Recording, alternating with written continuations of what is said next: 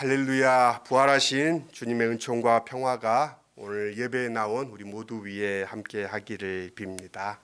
또 오늘도 여전히 고통 가운데 살아가는 사람들, 소망을 간절히 기다리는 이들에게도 부활의 주님이 그들을 만나주시는 은혜가 함께 하기를 빕니다.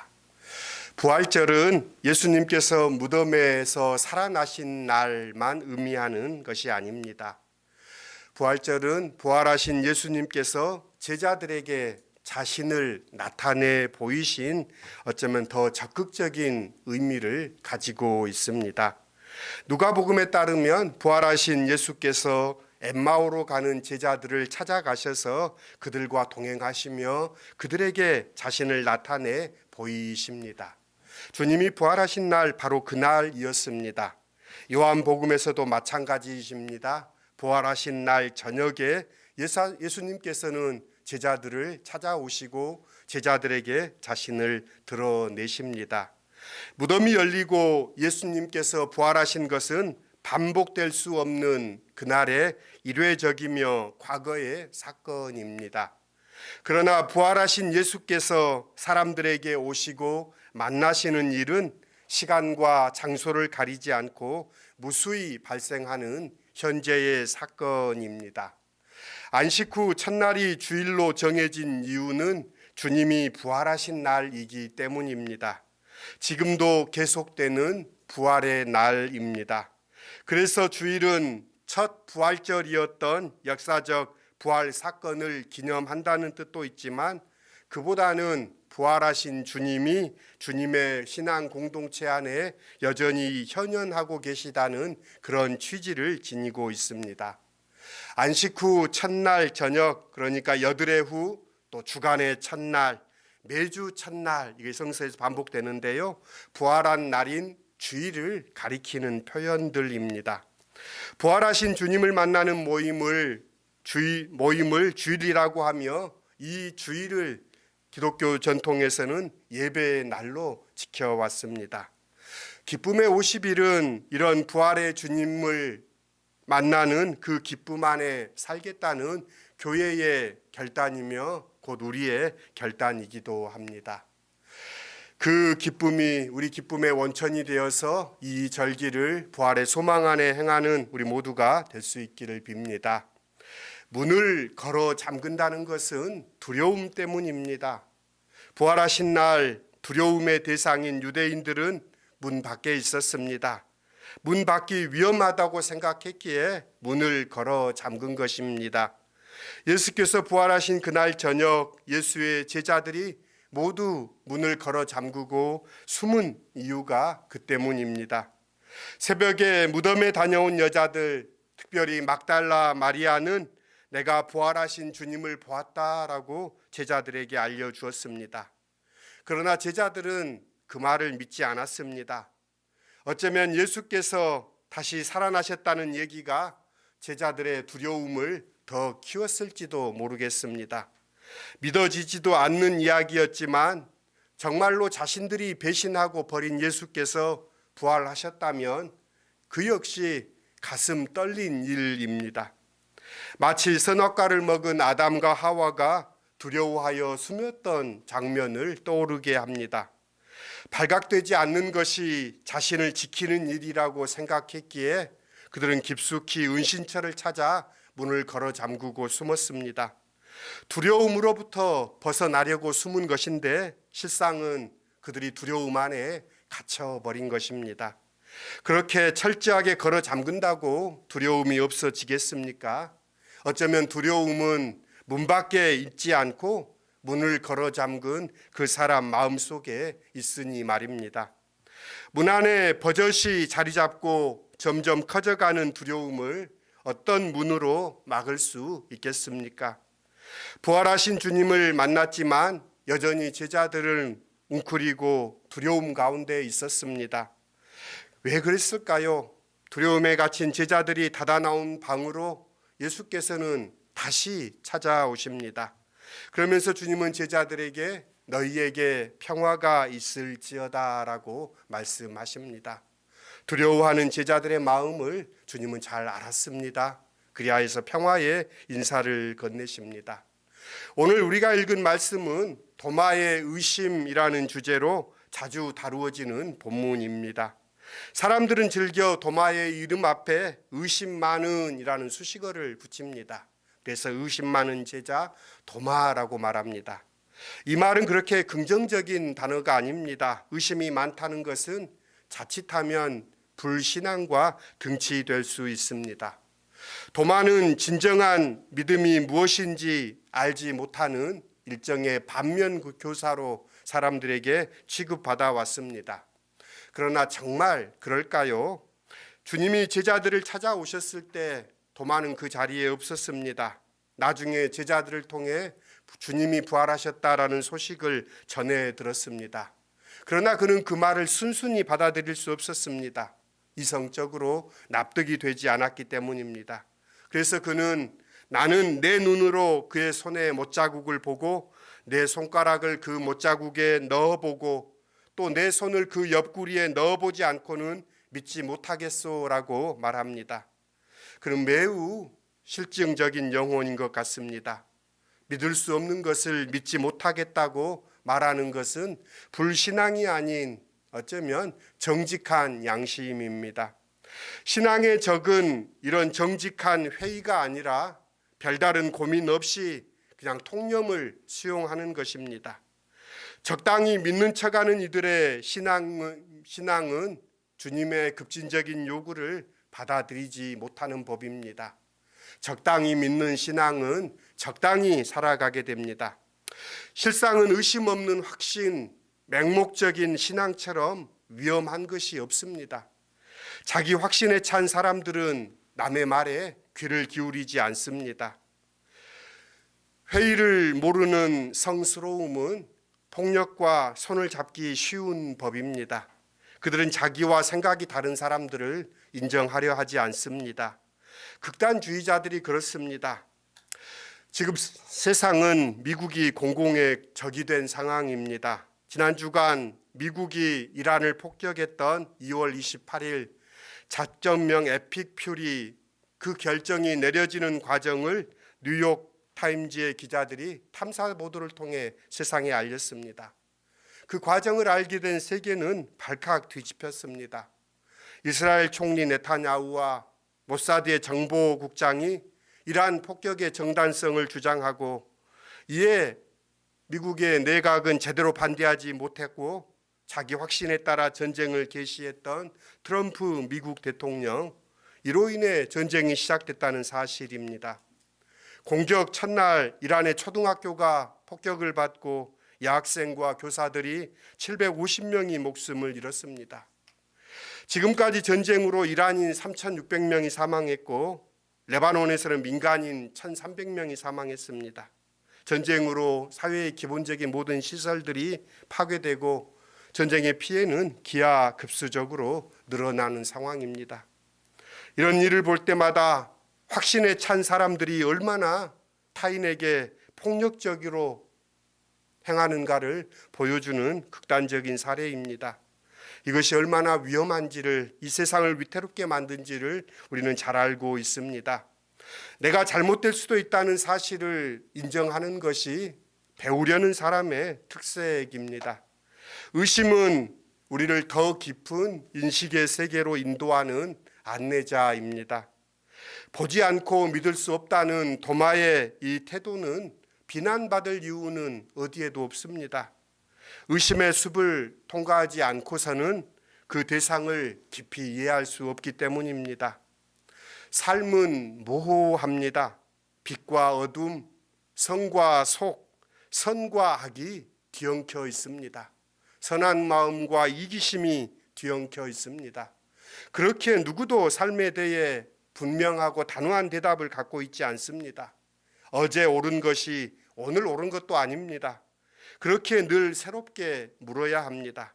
세상에 어떤 것도 당연하지 않습니다. 물론 자기의 오감으로 경험해보지 않으면 믿을 수 없다는 도마의 태도가 이상적이라는 말은 아닙니다. 세상에는 눈에 보이지 않는 현실이 있습니다. 아니 어쩌면 우리 눈에 보이는 것처럼 우리를 속이는 것이 없는지도 모릅니다. 사람들이 사기꾼에게 넘어가는 까닭은 그들이 진짜처럼 보이기 때문입니다. 전쟁이 벌어지면 온갖 가짜 뉴스가 사람들의 눈을 현혹합니다.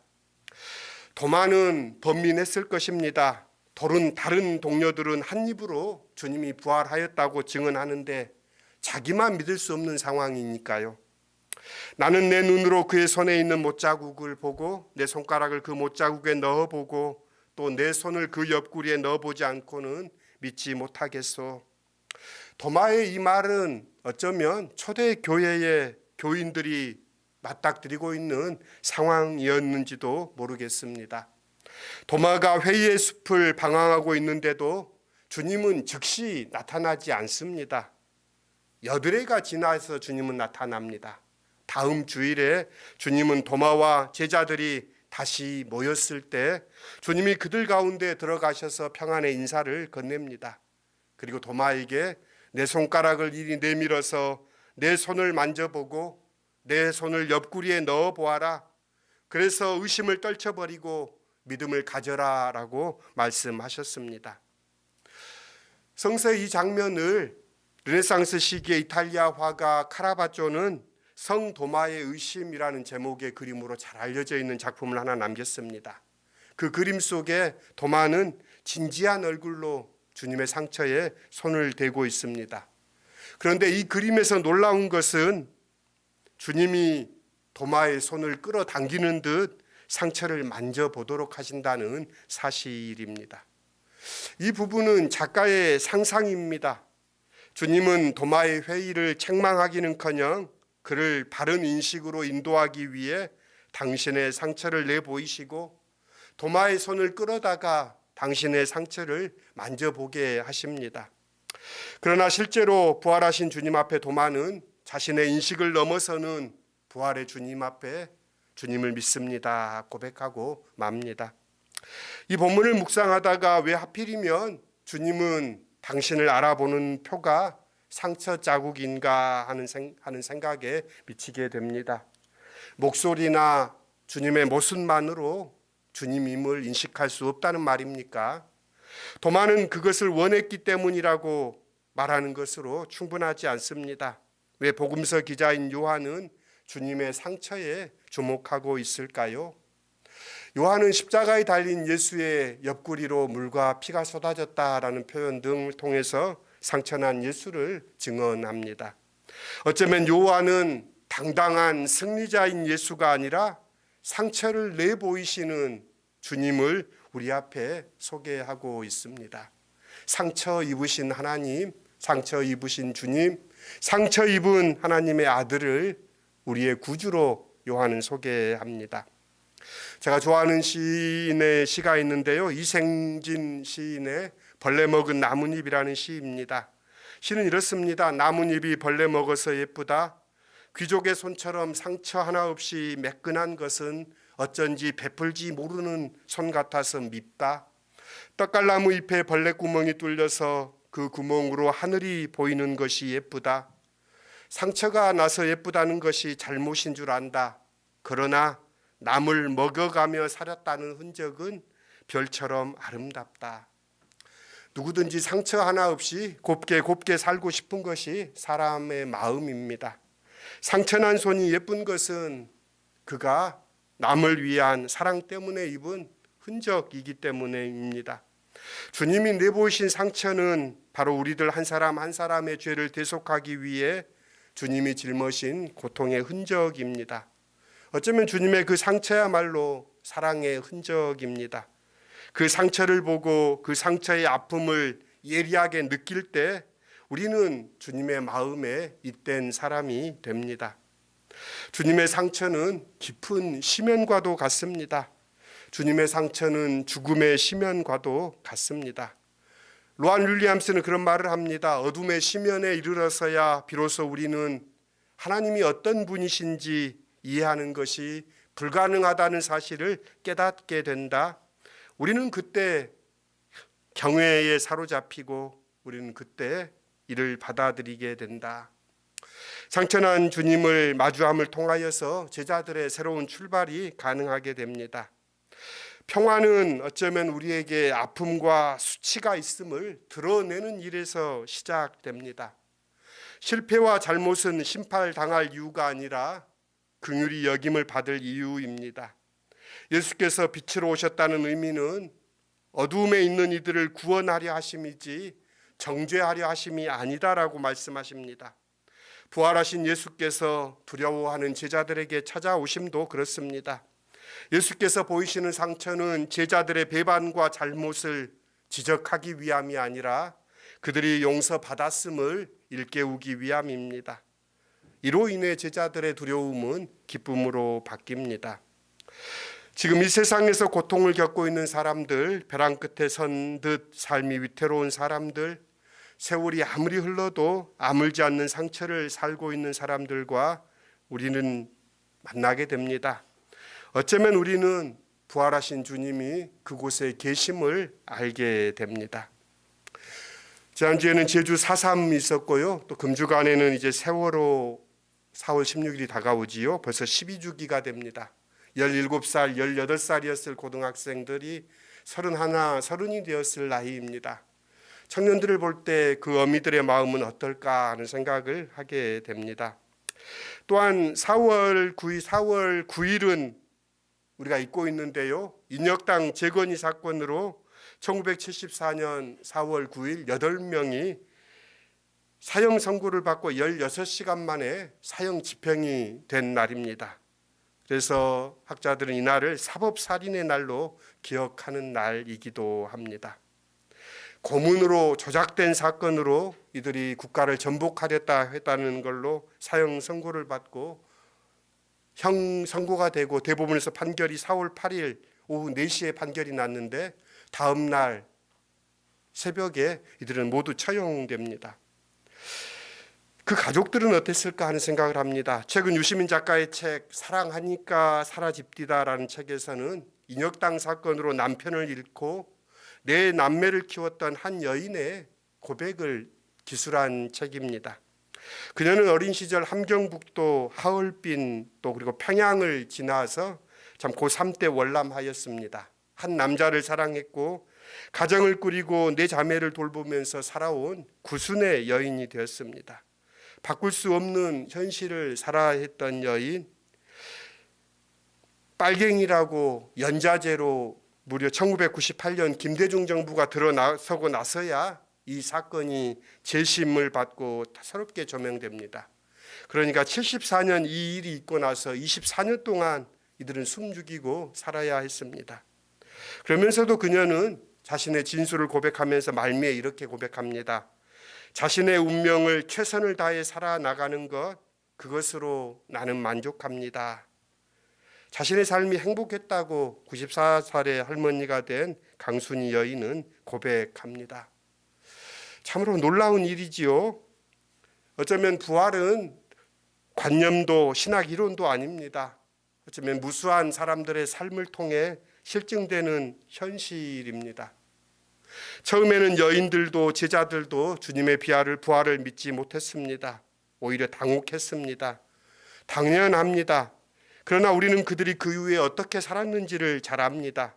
많은 제자들이 복음을 전하였고 담대하였으며 그들은 순교를 두려워하지 않았습니다.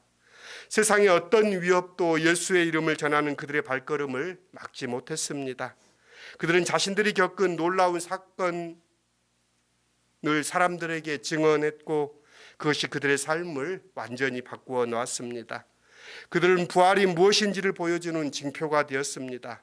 부활은 먼 훗날 우리가 다시 살아나는 것을 믿는 것이 아니라 오늘 여기에서 하나님의 나라가 임하였고 그 나라를 사는 것입니다. 제자들은 주님의 상처 자국들과 접속해 새로운 존재로 거듭 태어났습니다. 주님의 손바닥과 옆구리에 난 상처를 본 후에 도마는 부활하신 주님을 믿게 됩니다. 그는 비로소 주님을 나의 주님, 나의 하나님이라고 부릅니다.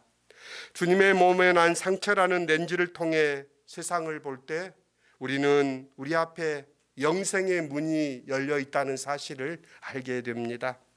상처 입은 자만이 상처 입은 이를 위로할 수 있습니다. 우리의 대제사장은 우리의 연약함을 함께 아파하시는 분입니다. 우리에게도 상처가 있습니다. 우리에게도 상한 마음들이 있습니다. 우리의 상처를 부끄러워하지 말고 그것을 통하여 영생의 소망, 부활의 문을 여는 우리가 될 수 있기를 빕니다. 우리의 상처를 주님께 드러내 보일 용기를 낼 때 주님은 그 상처를 들어 세상을 치유하실 것입니다. 그 상처를 통해 상처 입은 사람들을 세상에 다시금 보내십니다. 그들과 연대하고 그들의 설당이 되어 주십니다. 주님은 어쩌면 지금 상처 입은 모습으로 우리 곁에 오고 계신지도 모르겠습니다. 절망의 시대를 살아가는 사람들, 이 세상에서 울부짖는 사람들, 고통받는 사람들이 참 많습니다.